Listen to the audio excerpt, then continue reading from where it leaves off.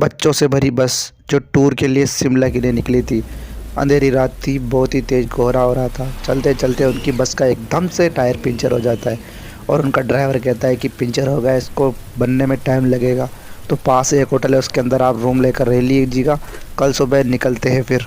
तो वो निकल गए और एक रूम उन्होंने एक होटल के अंदर रूम ले लिया। रूम लेने के बाद वहाँ पर तीन दोस्त एक रूम में बैठना था, लखन, मनीष और दौलत। तीनों दोस्त अच्छे करीबी दोस्त थे, तो वो एक रूम में रहते थे। उनको पहले वाला किस्सा याद आया कि पहले जो दो दोस्त थे उन्होंने टूर पर गए थे, तो उन्होंने अपना नाम किया था क्योंकि उन्होंने कुछ ऐसा ही कांड कर दिया था।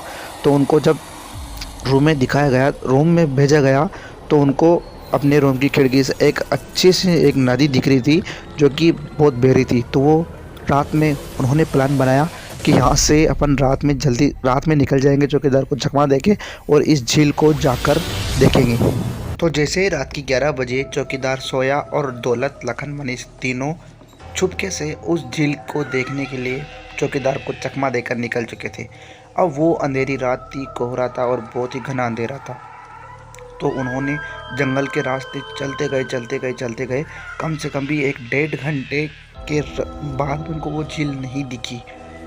फिर उनको एकदम से वापस चलने का सोचा कि क्या किया जाए, झील तो दिखी भी नहीं। तो उन्होंने जब वो पीछे जा रहे थे, लखन और मनीष तो आगे था और दौलत पीछे था। तो जब वो चलते जा रहे थे वापस, क्योंकि उनको डर लग रहा था, रात के 1:30 बज चुके थे, उनको बहुत टाइम हो गया चलते हुए, पर फिर भी झील नहीं आई। तो उन्होंने सोचा कि इस प्लान को यही कैंसिल करते और वापस होटल की ओर चलते हैं। तो जैसे वो जा रहे थे तो लखन और मनीष तो आगे था और दौलत पीछे था। तो जब वो उनको लगा कि पीछे कोई नहीं, तो उनको जब पीछे देखा तो दौलत नहीं था। तो उन्होंने सोचा कहाँ गया होगा। वो डर गए कि अब क्या होगा, कोहरा रात और वो उस जंगल में किसी को नहीं जानते थे। तो उनको जब ये आमने सामने बात कर रहे थे कि कहाँ गया होगा वो, तभी उनको कुछ खोदने की आवाज़ आई। दूर से झाड़ियों में देखा तो वही दौलत एक जंगल के अंदर ही एक पत्थर से किसी को, मतलब कोई खोदता है ना किसी चीज़ को, तो वो गड्ढा कर रहा था। उसके पास जाकर बोला, मनीष गया था उसके पास जाकर बोला कि यहाँ पर क्या कर रहा है। उसके कंधे पर हाथ रखकर बोला कि यहाँ पर क्या कर रहा है। उसने गुस्से में उसको झंझोड़ दिया और धक्का दिया, तो मनीष को लग गई। लगने के बाद जैसे मनीष ने आंखें सही की वापस, तो वो दौलत था, वो एकदम से हंस के जोरदार से और मेरी कुटिया उसकी तरफ भागा। और लखन ने मनीष को उठाया पहले तो, उसके बाद वो दोनों उसके पीछे पीछे गए, परंतु उनको कुछ भी नहीं दिखाई दिया, एकदम से गायब हो गया। परंतु उनको कुटिया दिखाई दी। उन्होंने लगा कि इसके अंदर होगा। उनको अभी तक भी डर ज़्यादा लगा नहीं, पर अपना दोस्त बचाना था पड़ेगा।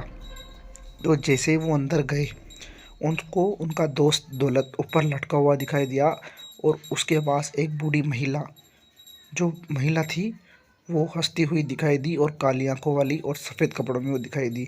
उसके बाद जब वो उसको देखकर डरे और भागना चाहा, तो महिला भी उनके पीछे पीछे आने लगी। और जैसे वो सीढ़ियों से उतरे वापस उस कुटिया के, तो वो जो महिला थी वो कीड़े की तरह रेंगते हुए उनका पीछा करने लगी। जब लखन और मनीष भागा तो भागते भागते उस झील के पास आ गए जिस झील को देखने वो आए थे।